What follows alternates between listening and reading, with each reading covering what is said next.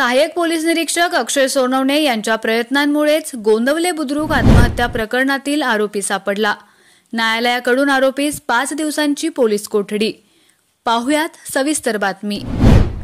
गोंदवले बुद्रुक येथील अल्पवयीन युवतीच्या आत्महत्येस कारणीभूत असलेला आरोपी सहाय्यक पोलीस निरीक्षक अक्षय सोनवणे यांच्या प्रयत्नांमुळे पोलिसांच्या हाती लागला। साताऱ्यातून आपल्या नातेवाईकांकडे सांगलीला तो अधूनमधून येत जात असल्याची माहिती मिळाल्यानंतर सहाय्यक पोलीस निरीक्षक अक्षय सोनवणे आपले पथक तयार करून सांगलीला पाचारण केले।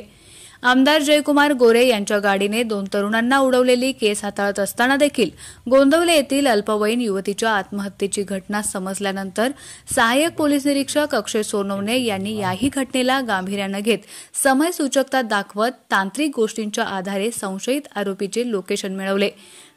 त्यानुसार अचानकपणे छापा टाकून सांगलीमधून त्यास ताब्यात घेतलं।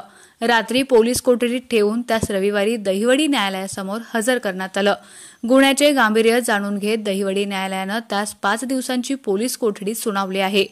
PSI मोटे यांच्याकडून हा तपास त्यांनी स्वतःकडे घेऊन न्यायालयाकडून सदर आरोपीसाठी 5 दिवसांची पोलीस कोठडी मिळवली आहे।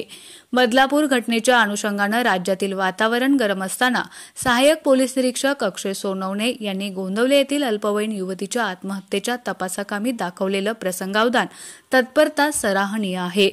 त्यामुळे सहाय्यक पोलीस निरीक्षक सोनवणे यांच्याबद्दलचा विश्वास जनमानसात अधिकाधिक वाढत चालला आहे। लाभास न्यूजसाठी एकनाथ वाघमोडे, दहिवडी।